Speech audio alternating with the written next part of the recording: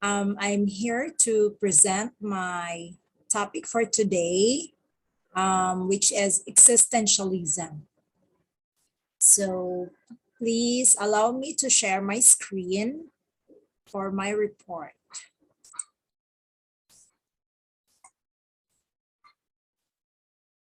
Okay. Existentialism. We may think, what is the meaning of my life? Or what is my purpose? So let's talk about the existentialism. So existentialism begins with the idea that your existence is the only original certainty. You might know anything else, but you at least know you exist in some way because you are thinking. Existentialism holds that your existence is your permanent truth and reality. So existentialism main ideas. First, the individual has the sole responsibility for finding meaning in life. So despite absurdity, alienation, and boredom, one must live life with passion and sincerity. Then, any life view with a condition outside it is despair. So existentialism is not nihilism. Nihilism is the belief that only matters. Existentialism is the attempt to confront and deal with the meaningless, to not succumb to nihilism or despair. Do not give up or avoid responsibility. So existentialism is the opposite of nihilism. The nihilist says there is no God, no heaven, or no hell. So screw it. There can be no right or wrong. Let's party. The existentialist says there is no God, no heaven, or hell. So you and I alone must figure out how to make life meaningful and good.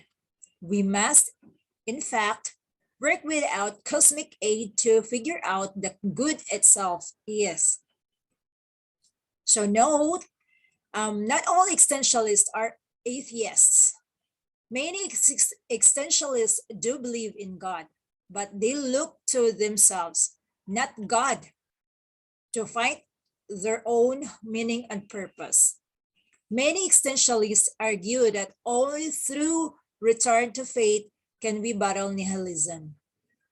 So thus, any meaning of our lives, our world will be created through our own free will, fleeting transitory individual, subjective, and still ultimately meaningless in terms of some ultimate big picture, because there is no bigger picture. But does it matter? Does the fact that you and your loved ones only exist for 100 years perhaps really negate the value of life while it is lived? The existentialist says, no, of course not. If there is all the meaning there is, it logically follows it is the only value there is, thus, in the utmost value and importance. Life is rendered more valuable, not less. So the existentialist philosophers. First is the Zoran Kierkegaard. It is from 1813 to 1854. He is a Danish Lutheran. So Kierkegaard is considered to be first existential philosopher. However, unlike other existentialists who do not believe in God, Kierkegaard did. He only deals with the issues of how one lives and the single individual, giving priority to concrete human reality over abstract thinking, highlighting the importance of personal choice and commitment. The scientist can learn about the world of observation, but Kierkegaard denied that observation could reveal the inner workings of spiritual world. He wrote, what is I really need is to get clear about what is must do, not I must know. What matters is to find a purpose, to see what is really in God's will that I shall do. The crucial thing to find truth, which is truth for me, to find the idea for which I am willing to live and die. Objective truth comes from externals or things beyond us. Subjective truth comes from within us. Kierkegaard's writing is a beginning of modern existentialism.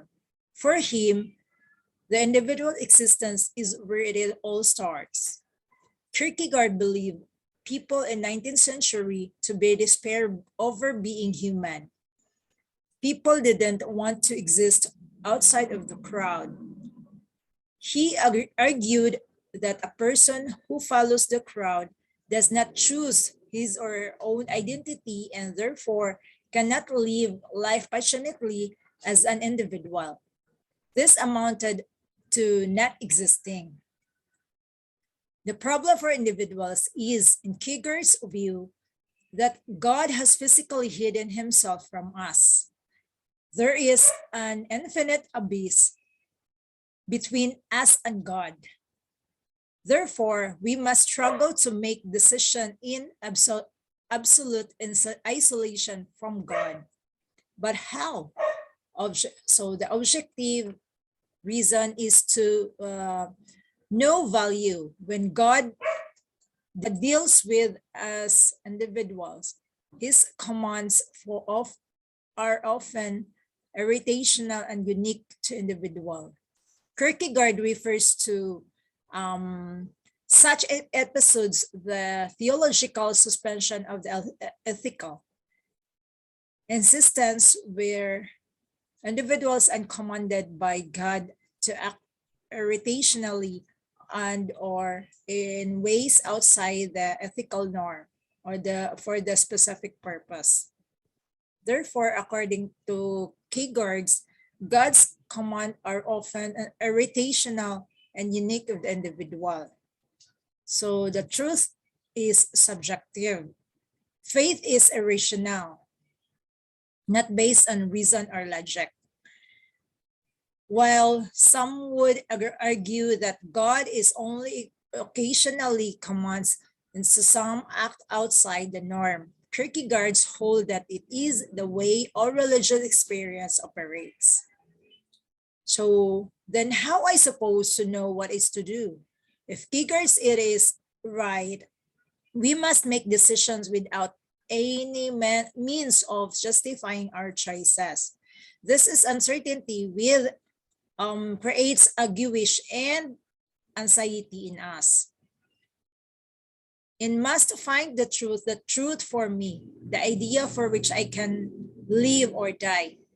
Since objective reason is not only guide, is not a guide in making decision. We cannot know beforehand which is choices to be right.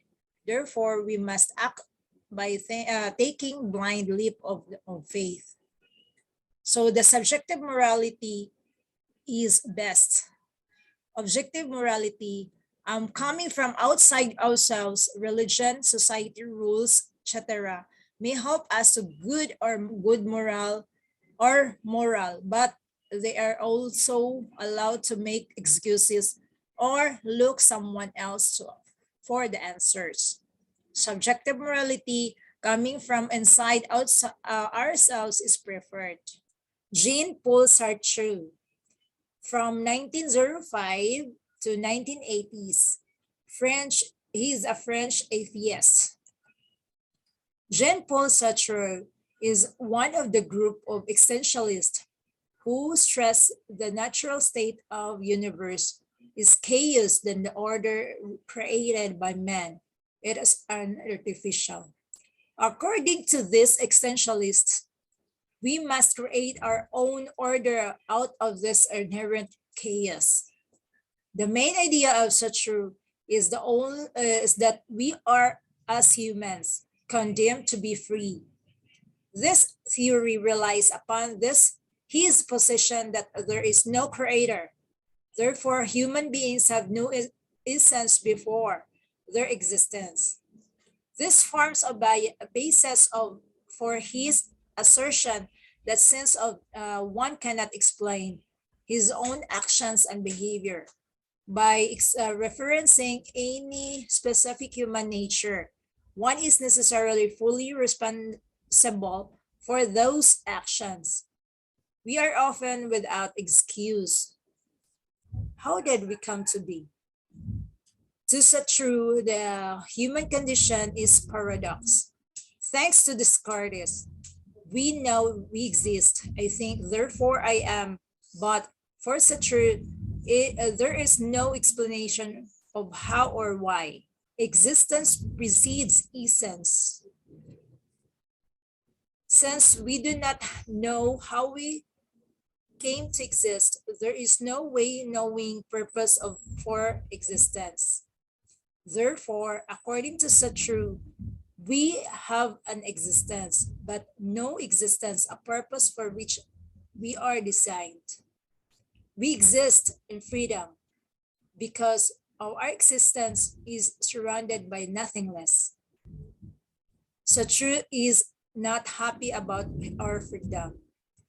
He actually says that we are condemned to be free, trapped in the existence for which we have no way of making any sense of our purpose.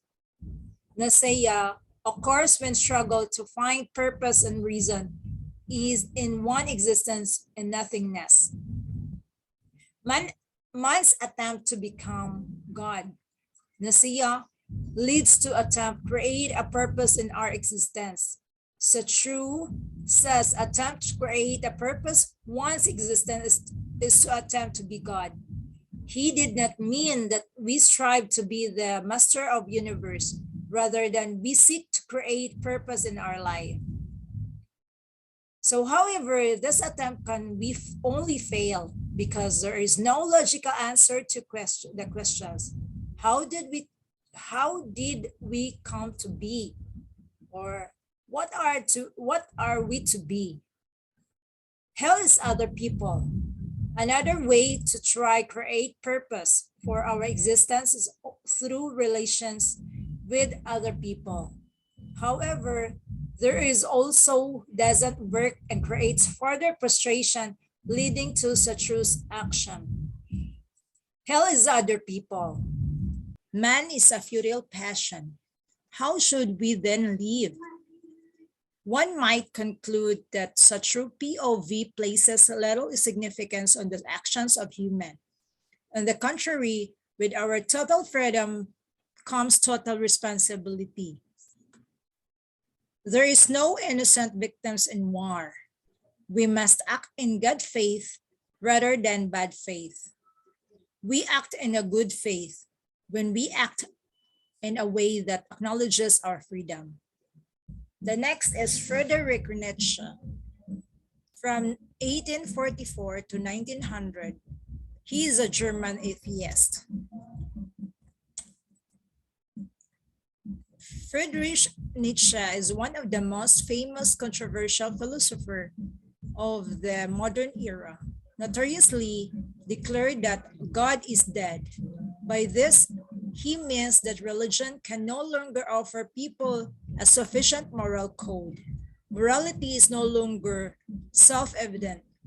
We have to figure right from wrong for ourselves. In Nietzsche's view, recent development in modern science and increasingly secularization of European society had no effective killed the Abrahamic God, who had served as basis for meaning and value in the West of more than 1,000 years. Nietzsche also considered the rule of making free choices, particularly regarding fundamental values and beliefs, and how such choices change the nature and identity of the chooser. Nietzsche claimed that death of God would eventually lead to the loss of any universal perspective on things and allow with it any coherent sense of objective truth. Throughout his history, Western thought was centered around philosophy and religion, from whose tenets meaning, morality, and purpose of life was given. Nietzsche predicted that gradually belief in religion and philosophy would diminish, moving civilization towards a day where people would have no belief in anything. Nietzsche called belief is in nothing nihilism. Nietzsche predicted that emergence of science would in large part drive humanity's march toward nihilism.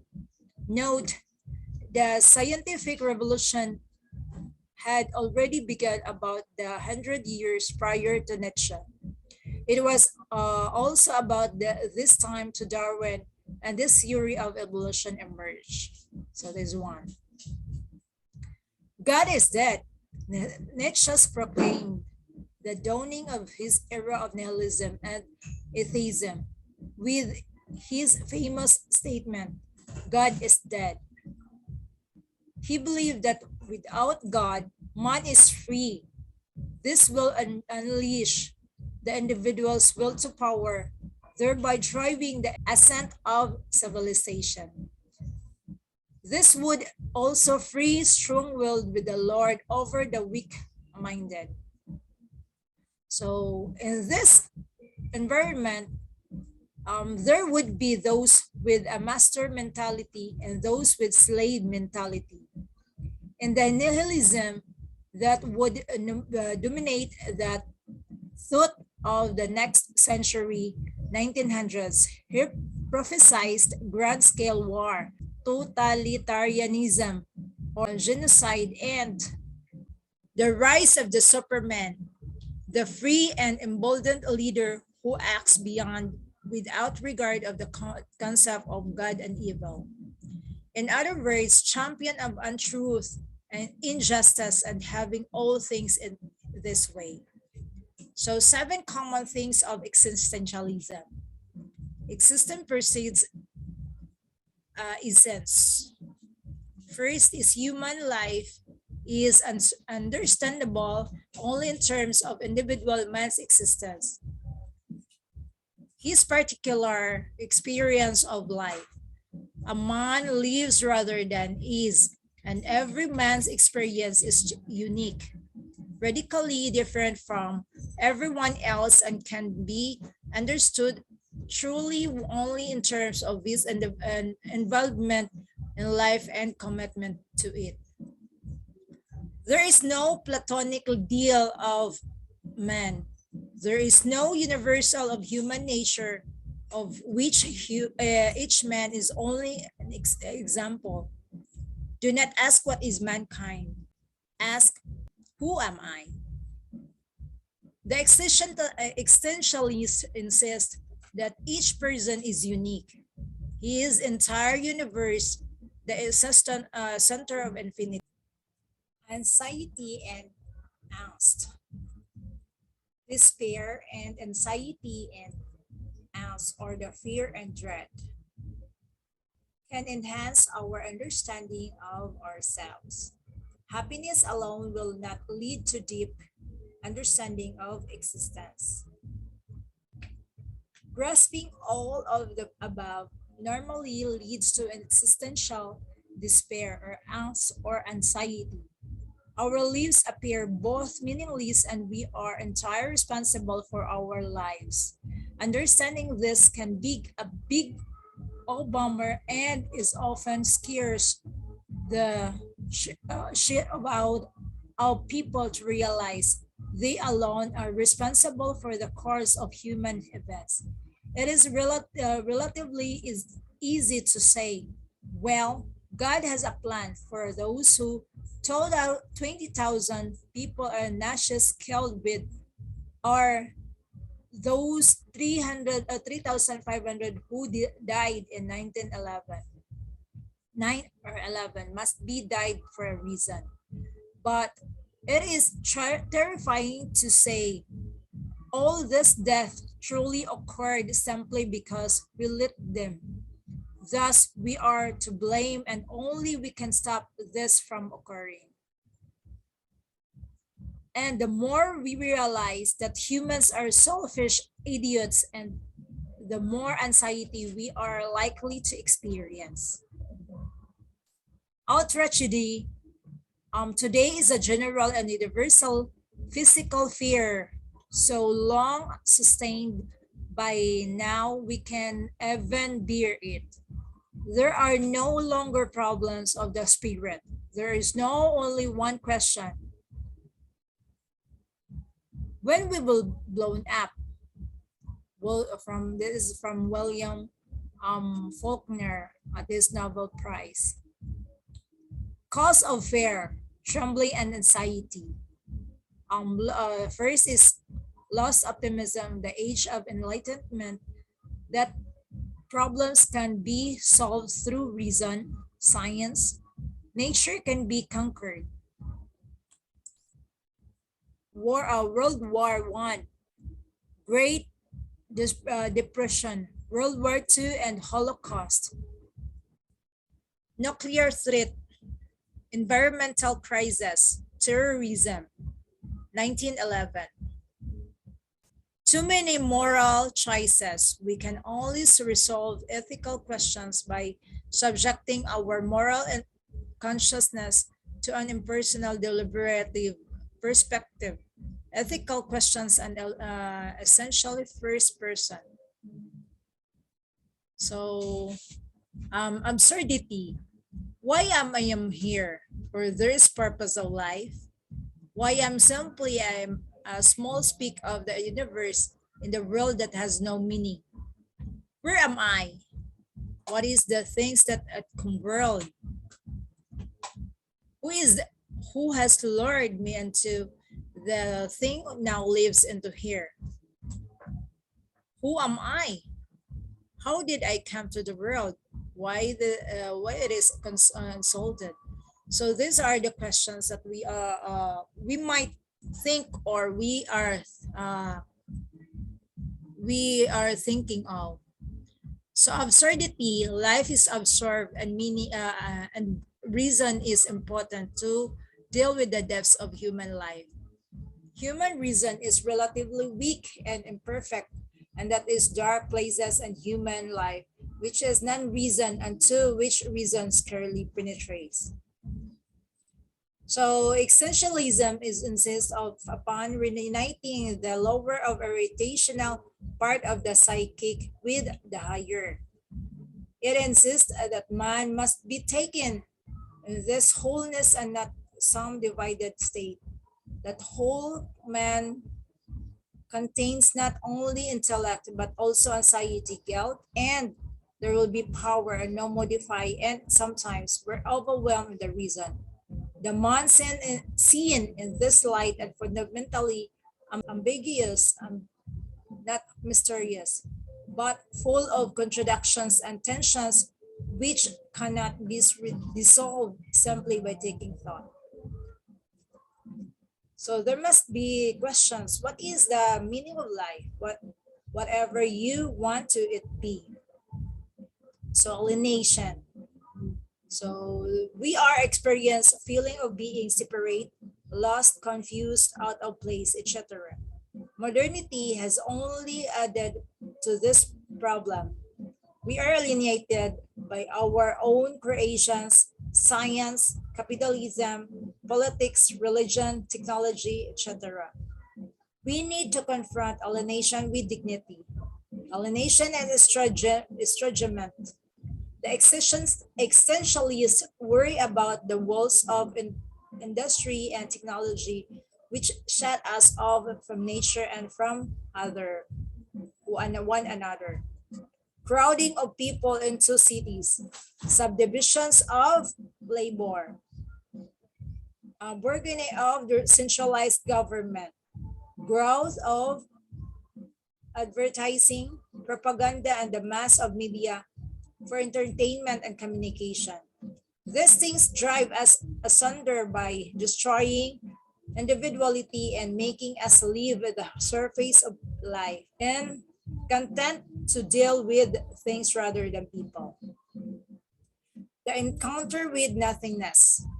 If man alienated from the nature, God's neighbor, and self what is left, people who seemingly have everything feel empty, easy, contented. Nothingness appears in existentialism as the placeholder of the possibility. Freedom. Existentialist writes about the loss of freedom, of threat to it, and the enlargement of the range of human freedoms. Freedom means human autonomy. Sartre said that we are condemned to freedom. Because of there is no God, we must accept individual responsibility for our own becoming. Nothing explicitly implies that is becoming a free individual, one becomes a virtuous person. The religious existentialists include God as a factor. They stress the man of faith rather than the man of will.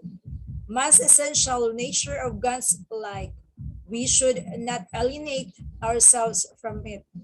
We should heal the schism between the two, that is, find salvation. Freedom is the acceptance of responsibility for choice and the commitment over one's choice. The last is death. Death is a facet of life, and we must comprehend it to really understand living. Living life as if death does not exist is a responsibility. So, existential nihilism is most likely the driving force behind people who qualify to receive the Darwin's Awards. Well, that end in utter stupidity. So, according to the quotes, life must about finding yourself. Life is about creating yourself. So that ends on my report. Thank you and God bless. Bye.